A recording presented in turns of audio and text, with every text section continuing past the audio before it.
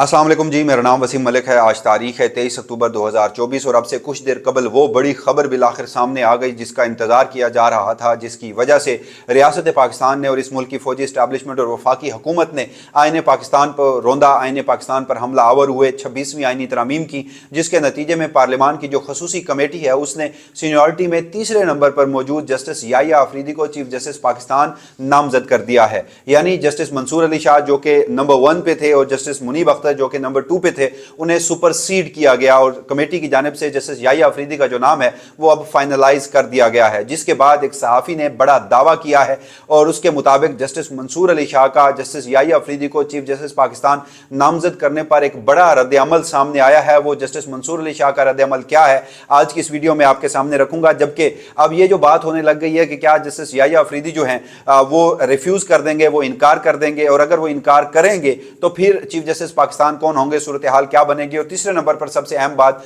कि फौजी एस्टैब्लिशमेंट और वफाकी हुकूमत को जस्टिस याहिया आफरीदी पर इतना एतमाद क्यों है, justice Yahya Afridi supreme court of Pakistan में कब आए और उसके साथ साथ उनका जस्टिस मंसूर अली शाह से क्या ताल्लुक है, और बिलखसूस कौन से अहम तरीन मुकदमात जो हैं वो उन्होंने सुने और कौन से अहम तरीन जो फैसले हैं वो उन्होंने दिए, जिसकी बुनियाद पर जस्टिस याहिया आफरीदी को चीफ जस्टिस पाकिस्तान नामजद किया गया है। तो ये तमाम तर जो खबरें हैं आज की इस वीडियो में आपके सामने रखता हूं। जस्टिस मंसूर अली शाह का जो एक बड़ा रद्द-ए-अमल सामने आया है वो वीडियो के दूसरे हिस्से में आपके सामने रखूंगा, जिससे सूरत हाल जो है उसका इदराक होता है कि अब आगे होने क्या जा रहा है। मगर उससे कबल हम जरा बात कर लेते हैं आज के रोज हुआ क्या। पार्लियामान की जो खसूसी कमेटी थी जो कि 26वीं आईनी तरमीम के तनाजुर में बनाई गई थी, उसका इजलास हुआ, शाम 4 बजे उसका इजलास होना था। उस इजलास में जो पाकिस्तान पीपल्स पार्टी है उसके 3 लोग थे, जमीयत उलमा इस्लाम का एक उसमें रुकन था, MQM का उसमें एक रुकन था, और उसके साथ साथ मुस्लिम लीग नून के उसमें 4 रुकन थे और पाकिस्तान तहरीक इंसाफ के उसमें 3 रुकन थे। पाकिस्तान तहरीक इंसाफ ने इस जो कमेटी इजलास है उसका बायकॉट किया, उसमें शामिल नहीं हुए। उसमें उनका एक मौकफ है कि 26वीं आईनी तरमीम जो है वो ये पार्लियामान नहीं कर सकता क्योंकि ये एक लेजिटिमेट पार्लियामान नहीं है। जिसके बाद हमने देखा कि इजलास मौखर हुआ, पाकिस्तान तहरीक इंसाफ के लोगों को मनाने की कोशिश की गई, बैरिस्टर गौर जो है स्पीकर चैम्बर में जाकर मिले, और इस सारे मामले में पाकिस्तान तहरीक इंसाफ का जो किरदार था उसमें पाकिस्तान तहरीक इंसाफ में भी रिफ्ट थी। कुछ लोग कहते थे कि इस खसूसी कमेटी में शरीक होना चाहिए और अपना मौकफ रखना चाहिए। कुछ लोगों ने कहा कि ये जो पाकिस्तान तहरीक इंसाफ की सियासी कमेटी है उसका फैसला है, लिहाजा हम उसमें नहीं बैठ सकते। जिसके बाद गालबन 8:30 बजे ये खसूसी कमेटी का जो दूसरा इजलास है वो शुरू हुआ, और वो इजलास जो है वो जस्टिस जो पाकिस्तान तहरीक इंसाफ के 3 अरकान के बगैर हुआ। 9 लोगों ने इसमें शिरकत की और जो 2/3 अक्सरियत बनती थी वो 8 लोगों की बनती थी। जमीयत उलमा इस्लाम फजल रहमान के जो रुकन है सेनेटर कामरान मुर्तजा, उन्होंने इस सारे मामले में नाम दिया जस्टिस मंसूर अली शाह का, जबकि बाकी तमाम लोगों ने जस्टिस याहिया आफरीदी पर इत्तफाक किया। और इस सारे मामले में मैं आपको एक खबर बताता चलूं कि बड़े मुसद्दका ज़राए ये बताते हैं कि जब ये सारा कुछ हो रहा था तो आज के रोज़ जो प्रेसिडेंसी है, ऐवान सदर है, वहाँ पर एक गैर सियासी आला शख्सियत पहुंची और पार्लियामान की इस खसूसी कमेटी की डोरें वहीं से हिलाई जा रही थी। ये सब प्री डिसाइडेड था। ये पार्लियामान की खसूसी कमेटी में जो फैसला हुआ ये सब ढोंग रचाया गया, वरना पाकिस्तान पीपल्स पार्टी, मुस्लिम लीग नून, MQM ये सब एक पेज पर थे और इन्होंने जस्टिस याहिया आफरीदी को बनाना था क्योंकि इससे पहले इन्हें डायरेक्शंस दी जा चुकी थी। और 26वीं आईनी तरमीम जो है जो लोग करवाने वाले थे वही आज ऐवान सदर में मौजूद थे। उसके बाद क्या हुआ कि अब जो ये 2/3 अक्सरियत से इस कमेटी ने फैसला दे दिया है, जस्टिस याहिया आफरीदी जो है वो चीफ जस्टिस पाकिस्तान है।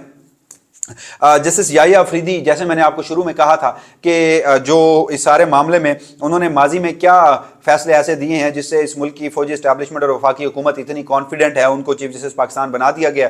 मगर अब दूसरा मरहला जो है वो अबूर करना है। जुडिशल कमीशन ऑफ पाकिस्तान का पहले कॉन्स्टिट्यूशन होनी है, फिर उसका इजलास होना है और उसमें आईनी बेंच की तश्कील होनी है और आईनी बेंच के सरबराह भी। और अब इतलात ये हैं कि जस्टिस अमीनुद्दीन खान को आईनी बेंच का सरबराह लगाया जा रहा है, और वो जजेस जो इस मुल्क की फौजी एस्टैब्लिशमेंट वफाकी हुकूमत की सहूलतकारी करते रहे, चीफ जस्टिस काजी फायजीसा के साथ मिलकर करते रहे, उन्हीं आईनी अदालत के जजेस के तौर पर लाया जाएगा और जस्टिस अमीनुद्दीन खान को जो आईनी बेंच का सरबराह है वो बनाया जाएगा। ये इतलात जो है एस्टैब्लिशमेंट के जो करीबी हल्के हैं वो ये दावा करते नजर आ रहे हैं, क्योंकि उन्होंने ही जस्टिस याहिया आफरीदी के नाम के ऊपर दावा किया था जो आज के रोज सच साबित हुआ।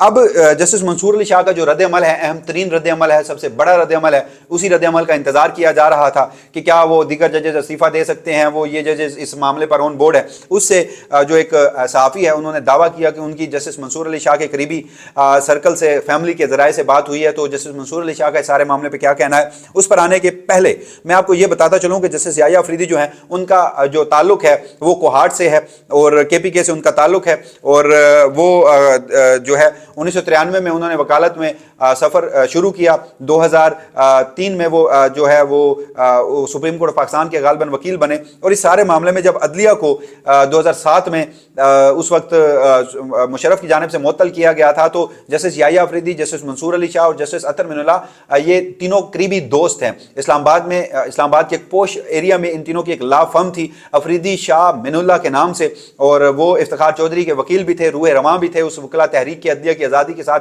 जो खड़ी हुई थी, यंग वकील थे तब। और उसके बाद फिर इन्हें हाई कोर्ट का जो है चीफ जस्टिस लगाया गया इफ्तिखार चौधरी की जानिब से। हाई कोर्ट के जज लगाए गए। ये तीनों शख्सियात जो हैं इफ्तिखार चौधरी की जानिब से जब अदलिया बहाल हुई, जस्टिस याह्या अफरीदी को पेशावर हाई कोर्ट का जज लगाया गया, जस्टिस अतर मिनुल्लाह को इस्लामाबाद हाई कोर्ट का। और फिर हमने देखा कि जो जस्टिस मंसूर अली शाह हैं उन्हें लाहौर हाई कोर्ट का जज बनाया गया। फिर तीनों जो शख्सियात हैं ये अपने हाई कोर्ट के चीफ जस्टिस बने। और फिर जस्टिस मंसूर अली शाह को सबसे पहले सुप्रीम कोर्ट लाया गया, फिर जस्टिस याह्या अफरीदी को लाया गया और फिर जस्टिस अतर मिनुल्लाह को लाया गया। जस्टिस याह्या अफरीदी के जो गुज़श्ता सारे मामले के फैसले हैं वो मैं आपके सामने रख देता हूँ। मखसूस नशिस्तों के केस में उन्होंने वही फैसला दिया जिसमें इस मुल्क की फौजी इस्टेब्लिशमेंट और वफाकी हुकूमत को कोई इस सारे मामले में इतराज़ नहीं था।